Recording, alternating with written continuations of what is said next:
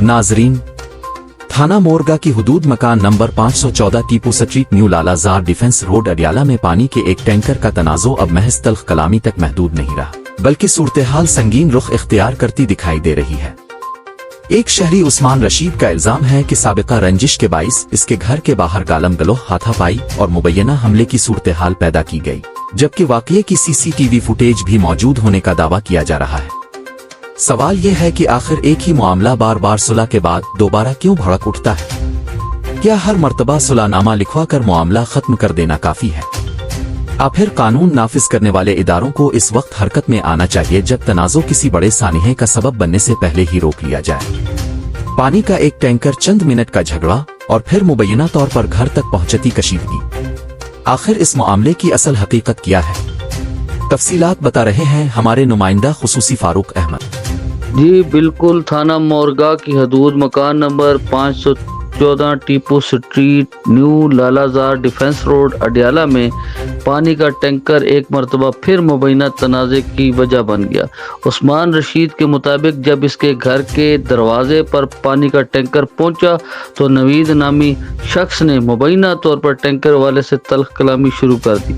उस्मान रशीद का कहना है कि इसने सूरत हाल को काबू करने और मामला ख़त्म कराने की कोशिश की, लेकिन मामला ख़त्म होने के बजाय मुबैना तौर पर मज़ीद बिगड़ गया। उस्मान रशीद के इल्ज़ाम के मुताबिक इसी दौरान इसके साथ गालम गलोच और हाथापाई की गई, जबकि मोहम्मद रफ़ीक, इसके बेटे उसामा रफ़ीक और दीगर अफराद भी मुबैना तौर पर झगड़े में शामिल हो गए।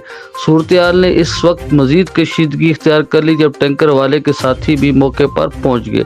यानी जो मामला जल्द निपट जाता, लेकिन टैंकर से शुरू होने वाला वो मामला मुबैना तौर पर दोनों जानिब कशीदगी और हाथापाई तक जा पहुंचा।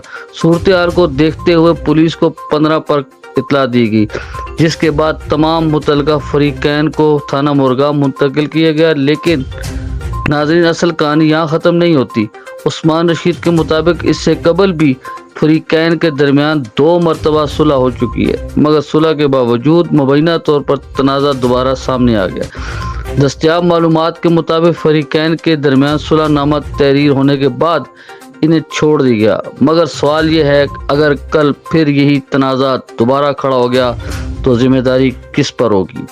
और अगर सीसीटीवी फुटेज में मुबैना गालम गलोच, थक्कम पेल या हाथापाई के मनाजर मौजूद हैं तो क्या इन फुटेजेस को बाकायदा तफ्तीश का हिस्सा नहीं बनाया जाना चाहिए? क्या सिर्फ सुलहनामा ही काफ़ी है या फिर पुलिस को सीसीटीवी ऐनी शाहिदीन के बयानात और दीगर दस्तयाब शवाहिद की बुनियाद पर यह भी देखना चाहिए कि असल में तनाज़ा शुरू कैसे हुआ, किसने इश्तियाल दिलाया और मामला हाथापाई तक कैसे पहुंचा? उस्मान रशीद का कहना है कि वो अपने छोटे बच्चों के हमरा बतौर किराएदार यहाँ रैश पजीर है और इसे मुबैना तौर पर दोबारा हिरासत किए जाने का खदशा है। इसी खदशे के पेश नज़र इसने CCPO रावलपिंडी से मुतालबा किया है कि वाक़े का गैर जानिबदाराना नोटिस लिया जाए, CCTV फुटेज और दीगर शवाहिद का जायज़ा लिया जाए और अगर किसी जानिब से कानून शिकनी साबित होती है तो कानून के मुताबिक कार्रवाई की जाए। ये सवाल सिर्फ पानी के एक टैंकर का नहीं, ये सवाल इस बात का है कि क्या एक आम शहरी अपने घर के दरवाजे पर भी खुद को महफूज समझ सकता है? अगर एक तनाज़ा पहले सुलह तक पहुंच चुका हो और फिर दोबारा कशीदगी पैदा हो जाए तो मुतलका इदारों के लिए ये महज एक मामूली झगड़ा नहीं रहता, बल्कि मुस्तकबिल में किसी बड़े नाखुशगवार वाक़े के मुमकिना खदशे को भी संजीदगी से देखना ज़रूरी हो जाता है।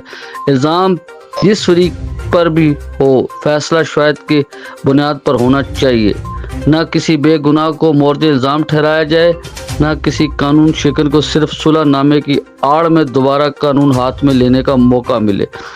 अब देखना यह है कि थाना मोरगा पुलिस इस मामले को महज एक सुलहनामा समझकर फाइल बंद करती है या दस्तयाब शवाहिद की रोशनी में असल हक़ाइक़ तक पहुँचने के लिए गैर जानिबदाराना तहकीकात करती है। जी।